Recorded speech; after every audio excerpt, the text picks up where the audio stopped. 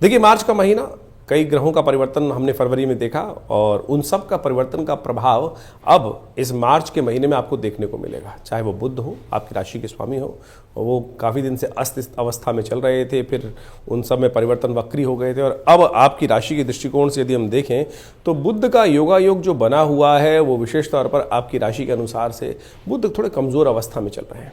ठीक है, वो शुक्र के साथ विद्यमान है, लेकिन जिस अवस्था में है वो उनको थोड़ी शक्ति देने की आवश्यकता पड़ेगी।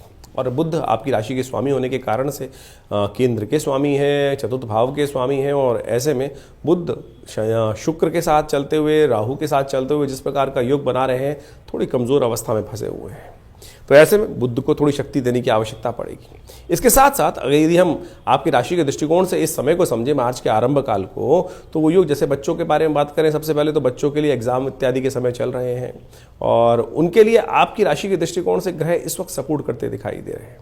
कहीं ना कहीं सपोर्ट दिखाई देती है, केवल आवश्यकता है कि बृहस्पति का उपाय करते चलें, थोड़ा बृहस्पति को शक्ति देते चलें, क्योंकि 12वें भाव में बृहस्पति जो है वो कहीं ना कहीं मन को थोड़ा सा संसार से हटाकर थोड़ा सा विरक्त भाव उत्पन्न करने का प्रयास कर सकते हैं। तो अभी बच्चों के मन में इस भाव को रखें कि जो हम जीत करेंगे, प्रयास करेंगे, उसका प्रभाव हमको अवश्य मिलेगा। इसके लिए थोड़ा केसर इत्यादि का प्रयोग अवश्य कराते रहें। केसर का तिलक, केसर खाने इत्यादि में प्रयोग, उससे बृहस्पति को शक्ति मिलेगी और विद्या अध्ययन के क्षेत्र में सफलता प्राप्त करने के सुंदर योग बन सकते हैं।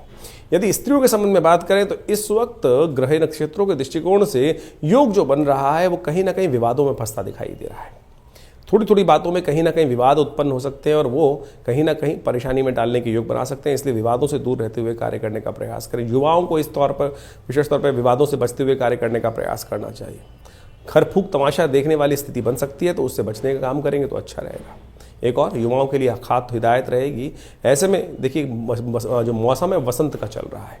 वसंत के मौसम में मन में थोड़ा जो होता है काम वासना बहुत परेशान करती है। तो ऐसे में शुक्र इत्यादि आपकी कुंडली में योग जो बना रहे हैं, राहु के साथ मस्त होकर, उच्च के होकर जिस प्रकार से दशम भाव में बैठे हुए हैं, वो कहीं ना कहीं बहुत ज़्यादा आपको, क्योंकि राहु के साथ युक्त होने के कारण से कहीं ना कहीं गलत भावों में डाल सकते हैं। तो ऐसे में जो मिथुन राशि वाले जातक हैं उनको वहाँ बचने का प्रयास करना चाहिए, तो वो अच्छा रहेगा। सावधान होकर कार्य करने का प्रयास करना चाहिए।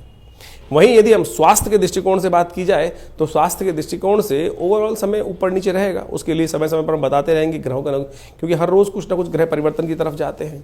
ओवरऑल इस प्रकार का बताना कि किस प्रकार का ठीक रहेगा, कैसा रहेगा, बीच में कुछ योग बनेंगे जो वो आपको हम देश काल परिस्थिति के अनुसार से बताएंगे किस प्रकार का योग है। लेकिन भाग्य में हमें आवश्यकता होती है हर चीज़ में भाग्य की।